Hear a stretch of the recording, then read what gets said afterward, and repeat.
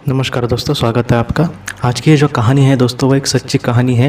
ये जेम्स लिमनिंगर नाम के एक लड़के की है। ये क्या हुआ था दोस्तों, ये जब 2 साल का था तभी उसने ऐसा कहना शुरू कर दिया कि उसका नाम जो है वो जेम्स ह्यूस्टन है और वो सेकेंड वर्ल्ड वॉर के में मारा गया था और ये एक फाइटर प्लेन का दोस्तों पायलट था।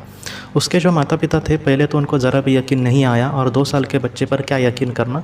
लेकिन जैसे जैसे वो थोड़ा थोड़ा सा ज़रा 6 महीने 1 साल जैसे जैसे वो बड़ा होता गया दोस्तों, तकरीबन 2.5-3 साल का जब होते गया, तब तक वो दोस्तों सारी बातें बहुत ही क्लियर कहने लगा। मतलब वो प्लेन कौन सा था, उनको किस तरह से ट्रेनिंग दी गई थी, उसका जो प्लेन था उसकी मारक क्षमता कितनी है, उसका डिज़ाइन किस तरह से किया है, उसका इंजीनियरिंग का काम किस तरह से किया है। तो ये सब सारी बातें उसके पिताजी तो और माता को पता चली, तब उनको लगा कि इस सचमुच कुछ इसके बोलने में तथ्य दिख रहे हैं, क्योंकि इसको इन सारी चीज़ों के बारे में पता लगना इम्पॉसिबल है। इम्पॉसिबल है, और इन सारी चीज़ों का मतलब एक आम इंसान को भी पता नहीं होता, जो उसके थोड़े से ज़्यादा जानकार होते हैं या फिर जो उसके बारे में ज़्यादा कुछ खोजबीन करते हैं या फिर उस क्षेत्र से जो रिलेटेड लोग होते हैं उनको इस बारे में थोड़ा सा ज़्यादा जानकारी होती है। लेकिन इसको तो उसके बारे में कुछ भी पता नहीं था, और उसकी उम्र तकरीबन 2-3 साल ही के दरम्यान ही कुछ थी।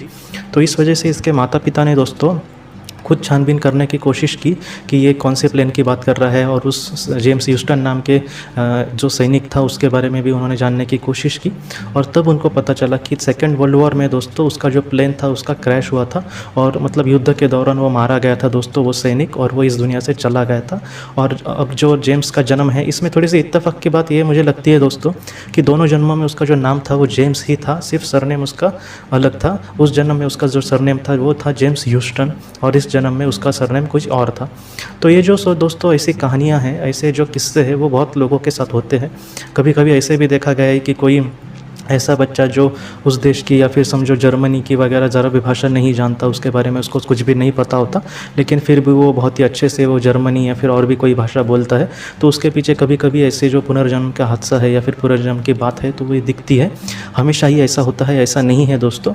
ज़्यादातर जिसका अगर किसी की भी आत्मा का जन्म हो तो उसकी जो पिछली यादें हैं वो मिट दी जाती है, लेकिन कभी कभी ऐसे जो लोग होते हैं वो इसके वजह से क्या होता है दोस्तों, खुर्शीद भावनगरी जी ने खुद एक बात कही है, और विस्पर रत्तू के ज़रिए उन्होंने ये कहा है दोस्तों कि ऐसी जो बातें होती है ना, वो कभी कभी नियति जो है या फिर हम जिसे नियति का घेरा या फिर ये दुनिया चलाने वाली जो शक्ति है वो इसलिए करती है दोस्तों क्योंकि लोगों को थोड़ा सा यकीन हो जाए पुनर्जन्म पर, या फिर उनको यकीन हो जाए कि ऐसा नहीं है कि हम इस दुनिया से जाने के बाद हमेशा के लिए ही जाने वाले हैं।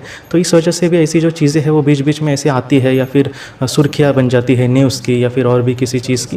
तो इन सारी चीज़ों को इस तरह से देखा गया है दोस्तों कि लोग यकीन करें कि इनका अगर किसी इस दुनिया से कोई चला जाता है, उसकी मौत हो जाती है, तो हमेशा के लिए उसका अंत नहीं हुआ है, एक नई भी शुरुआत वहाँ से होती है। और जितना हो सके हमें अच्छा कर्म करके ही आगे बढ़ना होगा, क्योंकि जीवन में अगर सच कुछ है तो वो हमारे अच्छे कर्म ही है, और उसी तरह से हमें आगे बढ़ना होगा दोस्तों। आज की इस कहानी को लेकर अगर आपके कोई भी सवाल हो तो आप ज़रूर पूछें, जितना हो सके मैं आपको उसका जवाब देने की कोशिश करूँगा। हम अपने अगले वीडियो में मिलते हैं। आप अपने परिवार का ख्याल रखना। आपका बहुत बहुत शुक्रिया। ज़िंदगी की रोशनी ये एक कंसल्टेंसी है जो ऐसे लोगों को मदद करने की कोशिश करती है जिन्होंने किसी अपने को खोया है, या फिर जो लोग अपने जीवन में बहुत ही ज़्यादा दुखी है।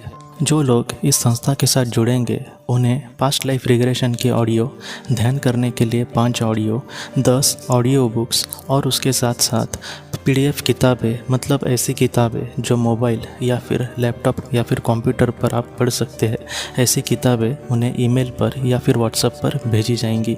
जो लोग इस संस्था के साथ जुड़ना चाहते हैं वो कृपया इस नंबर पर व्हाट्सएप मैसेज करें। आपका बहुत बहुत धन्यवाद।